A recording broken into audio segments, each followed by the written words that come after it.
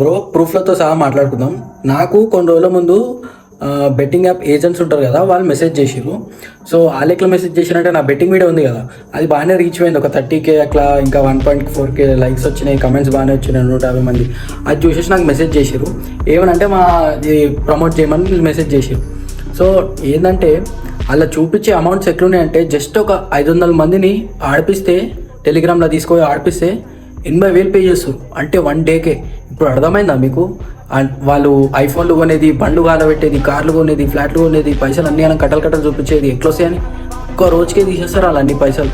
Just 500 మందికి 80,000 అంటే వాళ్ళు 10,000 మందిని, 50,000 మందిని ఆడిపిస్తారు.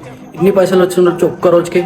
ఇగో నాకైతే ఇట్లా కొన్ని ముంచి పైసలు తినాలని లేదు, కొన్ని గుడిపి పైసలు తినాలని అస్సలు లేదు.